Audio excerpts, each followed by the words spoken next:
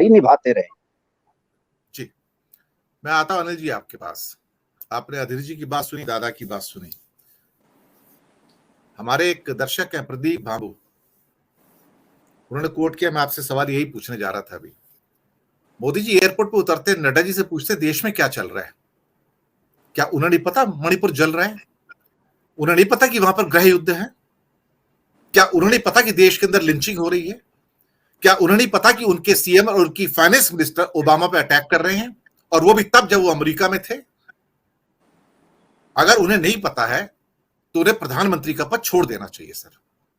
और अगर उन्हें पता है तो फिर जैसे अधीर रोहल साहब ने कहा, हर चीज की मूक सहमति है, लेकिन ये शब्द कि देश में क्या चल रहा है, मुझे लगता है कि शायद प्रधानमंत्री के पद के लिए भी एक अपमानजनक शब्द है ये। क्योंकि अगर प्रधानमंत्री को नहीं पता देश में क्या चल रहा है और इतने सारे टेलीकम्युनिकेशन के मीन्स हैं, तो there is something wrong, drastically something wrong. Anil Jay. हाँ दिनेश जी, प्रधानमंत्री को सब पता है देश में क्या चल रहा है, लेकिन अब उनको ये भी तो देखना है कि नड्डा साहब अपना काम कर रहे हैं नहीं कर रहे हैं, अखबार पढ़ते हैं नहीं पढ़ते। कहीं दिन भर मैं इधर वेकेशन पे चला गया और वो तकिया लगा के सोते रहते हैं 24 घंटे। तो प्रधानमंत्री जी नड्डा साहब का एक किस्म से टेस्ट ले रहे थे कि वो अखबार आजकल पढ़ रहे हैं कि नहीं पढ़ रहे हैं, या सूचनाओं पर नजर बनाए हुए हैं कि नहीं बनाए हुए। और हमारी जो बहन जी जिनका आपने जिक्र किया, सीतारमन जी, तो वो अपने आप में मतलब विलक्षण प्रतिभा की मालकिन हैं, जेएनयू की पढ़ी हुई हैं और अपने आप को इकोनॉमिक्स का काफ़ी महारत हासिल करने की बात करती हैं। और मुझे नहीं लगता उनमें क्या खासियत है। 2015 में दिनेश जी, मैं दिल्ली में क्योंकि रहता हूँ, 2015 में जब दिल्ली में चुनाव चल रहा था तो मैं सब लोगों को कहता था भाई आम आदमी पार्टी काफ़ी आगे जा रही है, 40-45 सीट ले लेगी। उस समय भारतीय जनता पार्टी ने अपना सारा का सारा कैंपेन जो है वो सीतारमन जी को सौंप दिया, और वो आई और उन्होंने जो पहली प्रेस कॉन्फ्रेंस की, उसमें कुछ नहीं बोला दिल्ली के विषय में और किसी विषय में। वो सिर्फ एक बात को रिपीट करते रही कि अरविंद केजरीवाल चूर है, अरविंद केजरीवाल चूर है, अरविंद केजरीवाल चूर है, चूर है, चूर है। और उस प्रेस कॉन्फ्रेंस के बाद मैंने कह दिया था कि आम आदमी पार्टी की कम से कम 15 सीटें बढ़ गई हैं, और बात वही हुई कि 70 में से 3 सीटें मिली। उनकी जो अध्यक्षता में कैंपेन चला हमारी बहन जी के, तो बीजेपी का इतना बुरा हाल कभी नहीं हुआ जब से देश आजाद हुआ है दिल्ली में। अब ये इन्होंने आकर के बयान दे दिया है। अब ये कह रही हैं कि मैं अभी तो संयम से काम ले रही हूँ, मतलब गुस्सा बहुत है, लेकिन हमारी बहन ने वो कंट्रोल कर लिया। और गुस्सा आना स्वाभाविक भी है, क्योंकि मोदी जी जो थे वो बस विश्व गुरु बनने से सिर्फ 2 कदम की दूरी पर थे। कैंपेन चला रहे थे हम अमेरिका में, और बस बनने ही वाला था भारत विश्व गुरु, 2 कदम पीछे रह गया था। उसी समय ओबामा जी ने आकर के ऐसा बयान दे दिया कि वो सारी की सारी जो चीजें थी वो खत्म करके रख दी उन्होंने।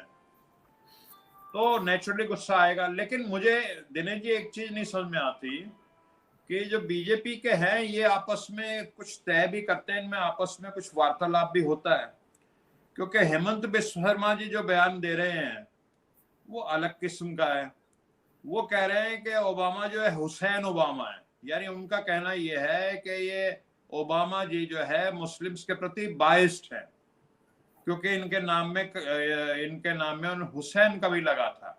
हालांकि सब जानते हैं ओबामा जी तो क्रिश्चियन है बेसिकली। और बहन जी हमारी आके कहती हैं कि ओबामा मुस्लिम विरोधी हैं। तो ये अपने आप में दोनों चीजें बड़ी कंट्राडिक्टरी हैं।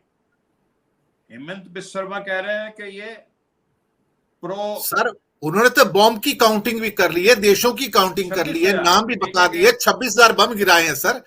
मतलब कितना माइन्यूट ऑब्जर्वेशन है सर। नहीं समझ में आता है कि उन्होंने जैसे ओसामा बिन लादेन एबटाबाद में वो नेवी सील्स को भेजा, CIA का ऑपरेशन था ओबामा साहब ने, और ओसामा बिन लादेन का एबटाबाद में जो भी क्या कहते हैं हत्या की गई, तो क्या निर्मला सीतारमन उस चीज के खिलाफ है?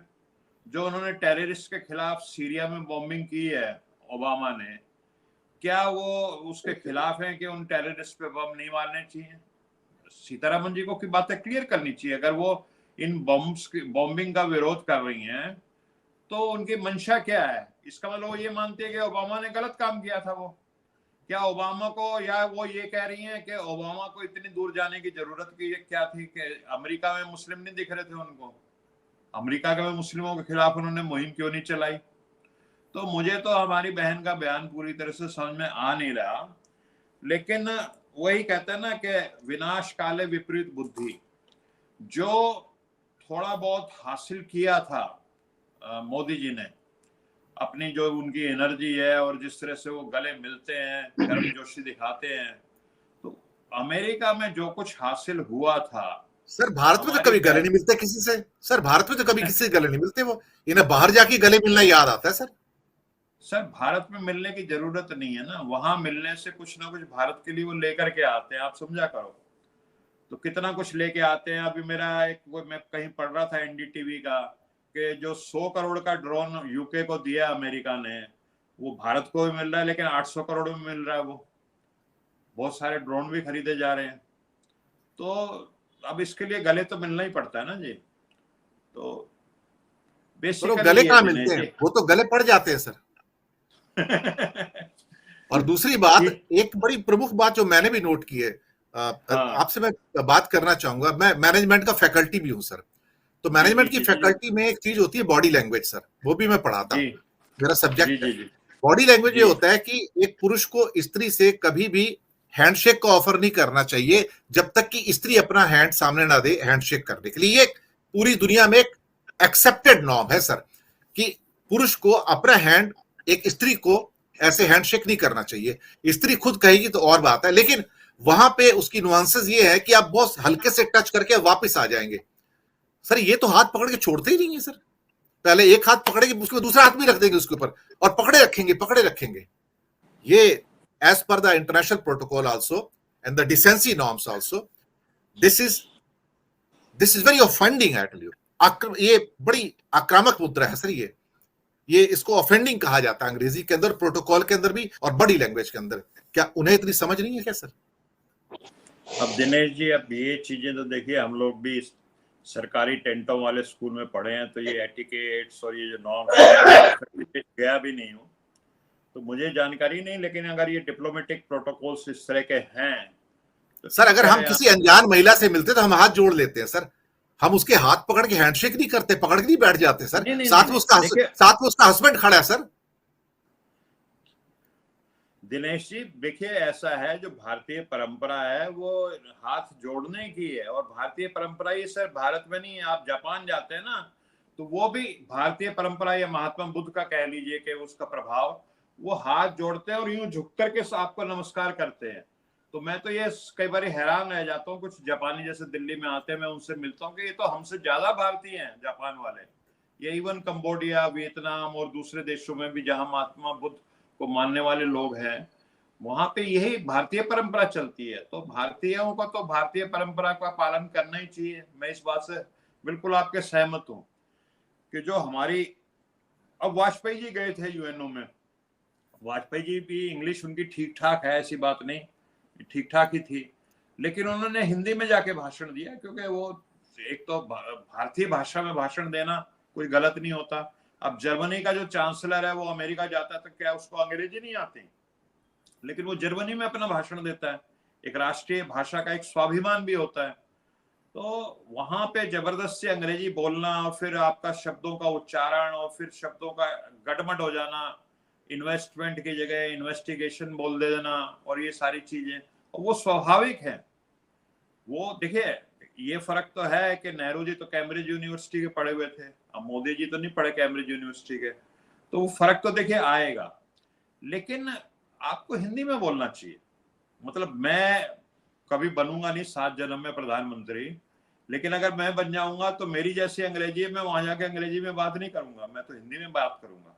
कम से कम जिस भाषा में बोलता रहता हूं, मैं सहज हूँ, उसे बोलना चाहिए। और बाकी तो इस काम के लिए, जब अमेरिका का राष्ट्रपति अपनी भाषा नहीं छोड़ रहा, या तो वो कोशिश करे हिंदी में बोलने की, तो बात समझ में आती है कि भाई चलो वो हमें मान सम्मान दे रहा है, हमारी भाषा में बोल रहा है। मैंने किसी देश में ऐसे नहीं देखा कि इंग्लैंड है, अमेरिका है, कि वो हिंदी में बात करता हूँ आकर। जब उस पर ये दबाव नहीं है कि वो हमारी भाषा में बात करे, तो हमारे ऊपर क्या दबाव है कि हम उनकी भाषा में बात करें? अपनी भाषा में बोलना चाहिए। गुजराती में बोले, मैं ये नहीं कहता कि हिंदी में बोले, गुजराती में बोले और अच्छी बात है, अपनी मातृभाषा में बोले। जी दिनेश जी। जी सुनील जी, मैं आप